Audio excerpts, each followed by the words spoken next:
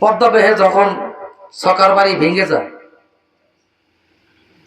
সকা কাকা যায় বললেন জয়নাল কাকারে, এরকম বেশ কয়েকজনকে বললেন, কইল যে তাই চলেন দি কেবলাজান হুজুরের কাছে যাই।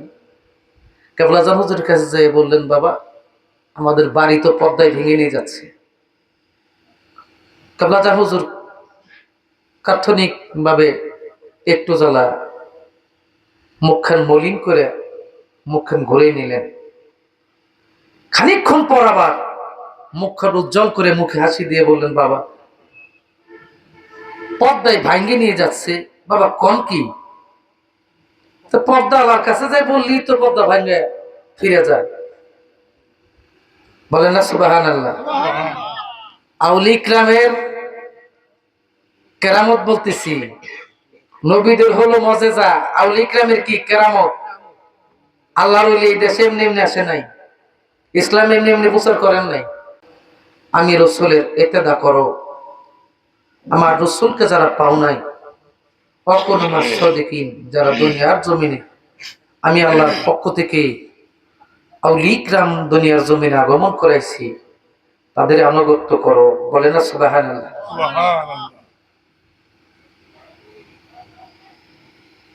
খেজমতের বিষয়ে অল্প একটু আলোচনা করি, সময় কম। বয়স আমার 17 বছর। কয় বছর? 17 বছর। বিশ্ব জাকের মঞ্জিলে খেজমত করতেছি বাতের মাঠে। তখন বাতের মাঠ ছিল বড় আম্মাজানের হুজুর শরীফের উত্তর পাশে এবং পশ্চিম পাশে গোয়ালন্দ থেকে একটা যে পদ্মা গেছে না সিএমবি ঘাটের ফিলে। আমার ইতিহাস অল্প একটু বলি। পদ্মা ভেঙে যখন তখন ছিল জয়নাল, সকা, কাঙ্গাল। পদ্মা বেহে যখন সকার বাড়ি ভেঙে যায়, সকা কাকা যায় বললেন জয়নাল কাকারে, এরকম বেশ কয়েকজনকে বললেন, কইল যে তাই চলেন দি কেবলাজান হুজুরের কাছে যাই। কেবলাজান হুজুরের কাছে যাই বললেন, বাবা আমাদের বাড়ি তো পদ্মায় ভেঙে নিয়ে যাচ্ছে। কেবলাজান হুজুর তাৎক্ষণিক ভাবে একটু জ্বালা মুখখান মলিন করে মুখখান ঘুরে নিলেন। খানিকক্ষণ পর আবার মুখখান উজ্জ্বল করে মুখে হাসি দিয়ে বললেন, বাবা পদ্মায় ভাঙ্গে নিয়ে যাচ্ছে, বাবা কোন কি? তো পদ্মা আল্লাহর কাছে যাই বললি তো পদ্মা ভাঙ্গে ফিরে যায়। বলেন না সুবহানাল্লাহ।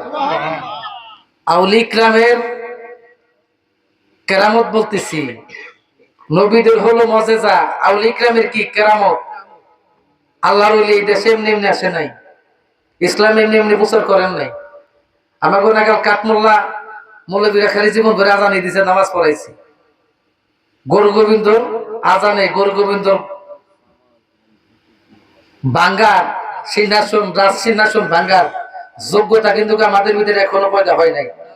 আমরা খালি আজানি দেই আর ফতুয়া দেই, এটা শিরক, ওইটা বেদাত।